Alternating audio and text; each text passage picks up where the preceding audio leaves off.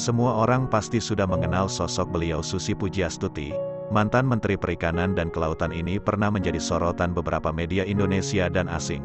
Kebijakannya dalam melindungi perikanan Indonesia dinilai sangat berani. Perempuan tersebut tidak pandang bulu. Kapal asing masuk ke wilayah RI tanpa izin akan langsung dihancurkan. Hal ini sempat menimbulkan efek jera yang dibuktikan dengan peningkatan hasil tangkapan ikan para nelayan selama beberapa tahun dan menurunnya kasus pencurian ikan oleh kapal asing. Beliau tidak pandang bulu, kapal asing masuk ke wilayah RI tanpa izin akan langsung dihancurkan.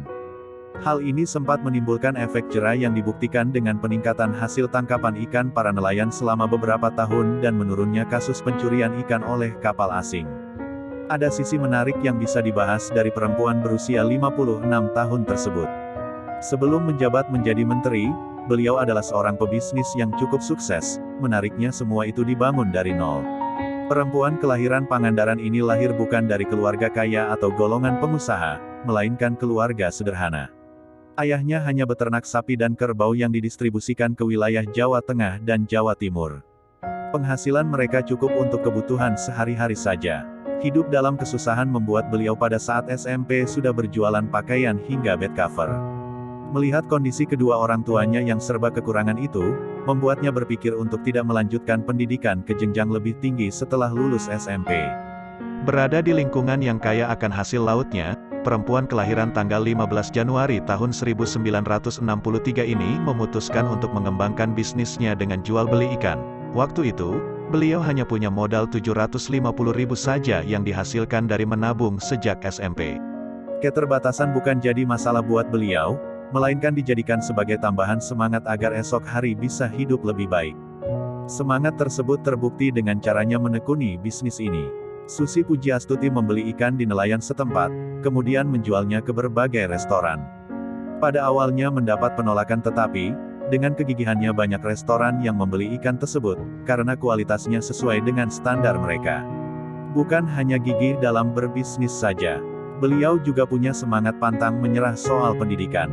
Di mana, membaca dijadikan sebagai pedomannya dalam menguasai semua ilmu di dunia, baik yang belum diketahui atau yang sudah diketahui untuk menyempurnakan teorinya. Tidak heran, bila pengetahuannya sangat luas. Selain itu, caranya belajar bahasa Inggris cukup unik.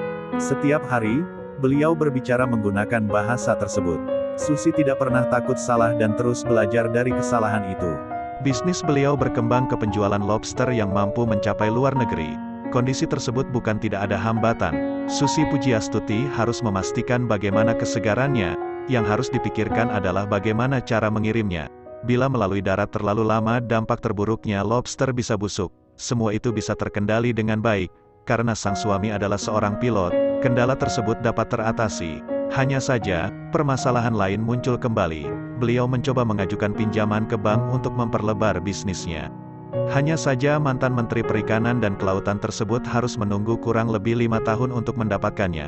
Bukan waktu yang singkat, bukan. Setelah uang itu cair, beliau membangun landasan penerbangan di Pangandaran dan membeli 2 pesawat dari Cessna berjumlah 2 unit. Inilah langkah yang membuatnya mampu mengembangkan bisnis lebih jauh lagi. Perkembangan itu hadir saat Aceh mengalami bencana tsunami, di mana beliau memberikan pesawatnya untuk bantuan. Dari aksi amal inilah banyak LSM dan berbagai organisasi mulai menyewa pesawat milik beliau.